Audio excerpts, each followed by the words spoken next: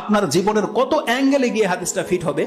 আপনার 24 ঘন্টা সময়ের মধ্যে আপনি যে 8 ঘন্টা নষ্ট করতেন, এই একটা হাদিসের উপর আমল করলে আপনার 8 ঘন্টা বেঁচে যাবে। যারা এই যে ভ্রমণের নামে একটু আমোদ প্রমোদের জন্য আপনারা যারা ভিজিট করতে যান বিভিন্ন সৈকতে আর বন জঙ্গলে গিয়ে সেলফি উঠান, আপনার মধ্যে দিনদারিত্বের ত্রুটি আছে। এটা আমি মাহমুদ বলে দিলাম আপনাকে।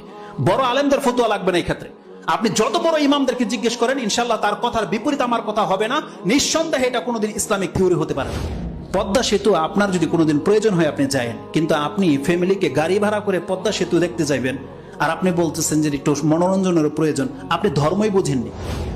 এমন একটা নেতা বানিয়ে ফেলেছেন যে স্টেডিয়ামে বসে খেলা দেখবে, তার মানে এই জাতি অধপতনে যাবে, এত কোনো সন্দেহ নেই। এবার রাসূল সাল্লাল্লাহু আলাইহি ওয়াসাল্লাম বলছেন, ওয়াদা মালাইসা ইয়ানিক, যেই কাজে তোমার জান্নাত তুমি পাবে না, নেকি নাই পরকালে, একটা নেকি নাই, এমন কোন কাজে তুমি লিপ্ত হয়েও না। ওয়াদা, ছেড়ে দাও সেই কাজকে সেই কথাকে ছেড়ে দাও। এতটা শুধু বলেছে রাসূল সাল্লাল্লাহু আলাইহি ওয়াসাল্লাম। আপনার জীবনের কত অ্যাঙ্গেলে গিয়ে হাদিসটা ফিট হবে। আপনার 24 ঘন্টা সময়ের মধ্যে আপনি যে 8 ঘন্টা নষ্ট করতেন, এই একটা হাদিসের উপর আমল করলে আপনার 8 ঘন্টা বেঁচে যাবে। আপনি দেখেন আপনি কত ঘন্টা নষ্ট করেন, কোথায় বসে আপনি কত ঘন্টা নষ্ট করেন।